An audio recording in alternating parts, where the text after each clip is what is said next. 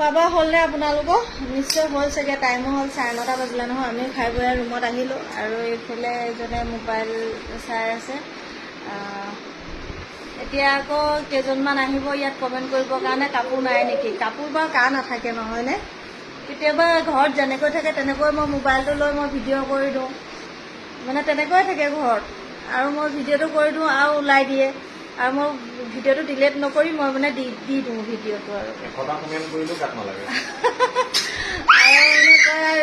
আৰু কেতিয়াবা ফটা গেঞ্জিটো পিন্ধি যায়। বেছি গৰম হ'লে মানে তেনেকুৱা ফটা চটা কাপোৰবোৰ পিন্ধি ভাল লাগে, পুৰণা কাপোৰবিলাক পিন্ধি থাকে।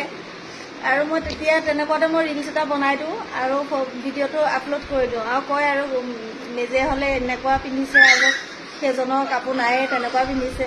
আৰু মই ৰিলচটো বনাবৰ কাৰণে মই ধুনীয়াকৈ সাজি পাৰি বা মই ধুনীয়াকৈ পিন্ধি লওঁ, আৰু সেইজনেতো বনাবলৈ মোৰ লগত নাহে, মই ঘপককৈ উঠাই দিওঁ, আৰু সেইটো মোৰ ভুল।